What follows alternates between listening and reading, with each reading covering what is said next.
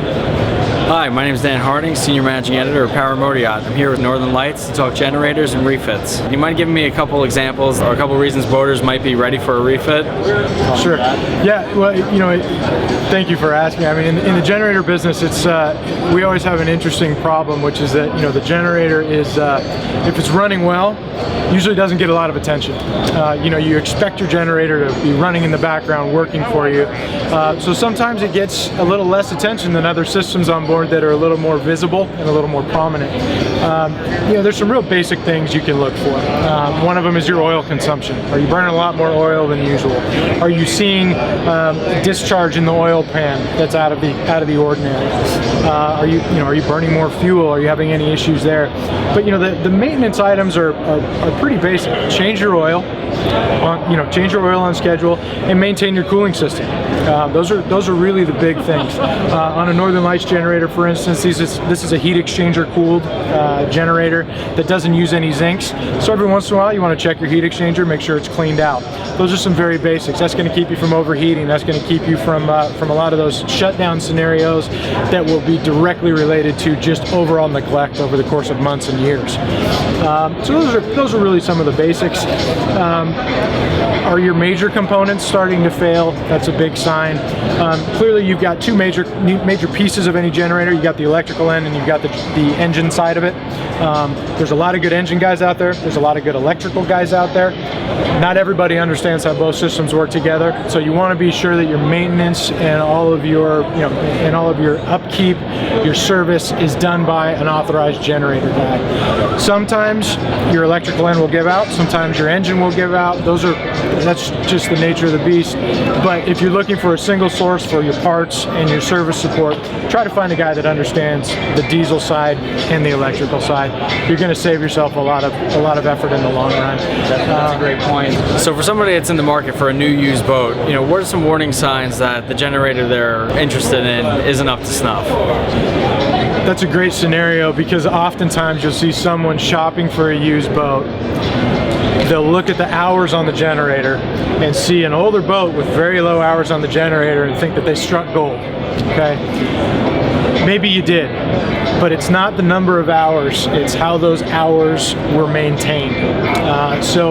A lot of people will tell you that a boat doesn't get old from overuse, it gets old from underuse. So if your generator has been sitting for extended periods of time, that's going to be a problem. We try to engineer as much rubber and plastic out of our generators as possible, but there are still gaskets, O-rings, hoses, belts and things that just get brittle and will tend to crack over time, creating leaks, creating other problems that you're going to run into, and that's all directly related to underuse over time. So you want to try to make sure that you've got, if whether the generator has low hours or high hours, try to get some service history. Typically, people that have been operating their boats are going to keep it. The better maintained boats will have better maintained service logs. It's like getting a Carfax on a used vehicle. You want to check those maintenance logs and make sure that everything's been maintained properly, hopefully by authorized dealers, definitely with genuine parts. Those are some of the things you're really going to want to look for when you're looking to evaluate the maintenance criteria that someone was using to maintain that boat. So high hours, especially on Northern Lights, that's not necessarily a bad sign, because oftentimes the high hours in a lower extended period of time is someone that's been running that boat hard. They've been loading their generator, which is another very important point. They've been loading their generator and they've been hitting all their maintenance intervals, all of which are very easy to find in any of our owner's manuals. That loading issue that I brought up is also very important. If you've got low hours on a generator, you sometimes want to assume the worst, which is that low hours probably meant someone was coming down to their boat once a month, starting it up, turning on the generator, but not applying any load.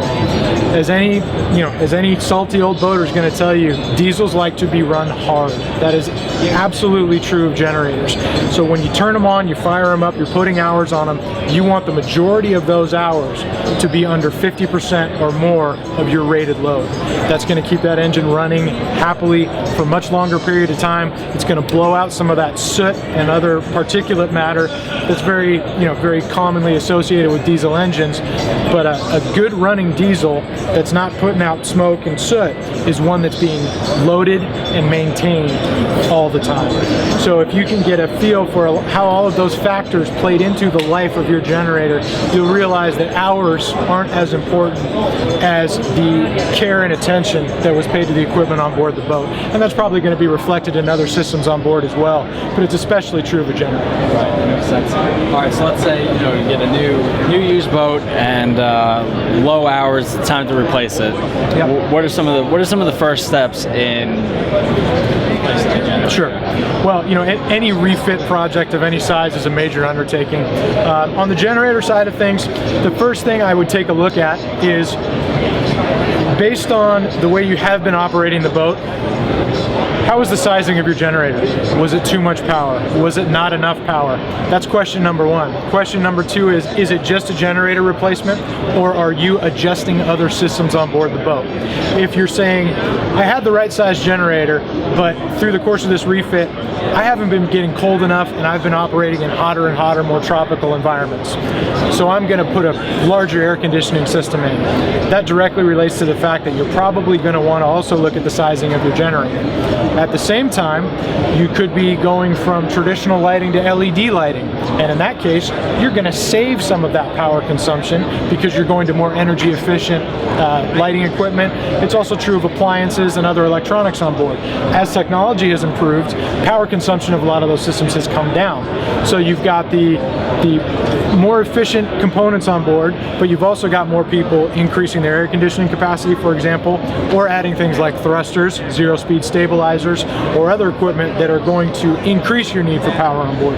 So I'm always going to recommend that you sit down with a power generation specialist, pencil it out, look at look at all your equipment on board.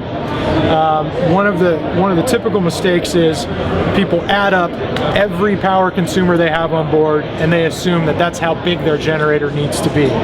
Well, you're not always going to have every switch flipped to the on position whenever you're operating your boat. So you're going to want to be realistic about, let's say I have 20 kilowatts of power consumers on board. Well, realistically, how often are you going to have all of those flipped on? Are you always going to be running your air conditioning, your washer and dryer, your dishwasher, everything at the same time? I guarantee that you're probably not going to be doing that all at once. So be realistic about your operating profile and try to find that happy medium of maybe that generator's not going to handle everything on at once, but if you're just a little bit smarter about your power management, you can have a smaller generator that's going to be more fuel efficient and is going to be more adequately loaded at all times, thereby prolonging the life of everything you got on board. Awesome.